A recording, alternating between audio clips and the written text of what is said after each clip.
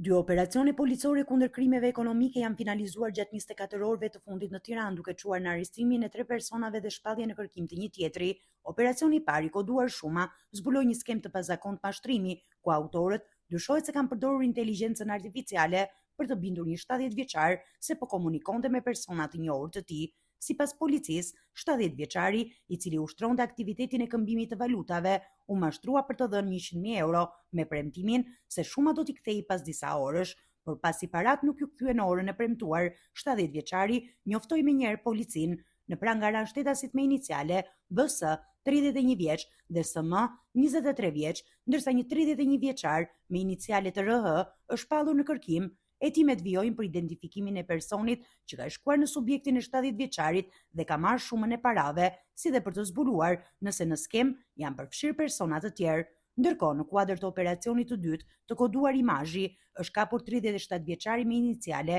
GB, i shpallur më herët në kërkim. Ai dyshohet se ka mashtruar punonjës në 2 biznese në rrugët Brigada e 8 dhe Teodor Keko, duke marrë 20.000 lekë me pretendimin se ishte i njohur i pronarëve dhe se do t'i kthente parat menjëherë, ndërsa më 21 gusht, sipas policisë, ai ka vjedhur një çantë me 25.000 lekë në një subjekt në rrugën Skënder Luarasi. Materialet procedurale i janë referuar prokurorisë për veprime të mëtejshme hetimore.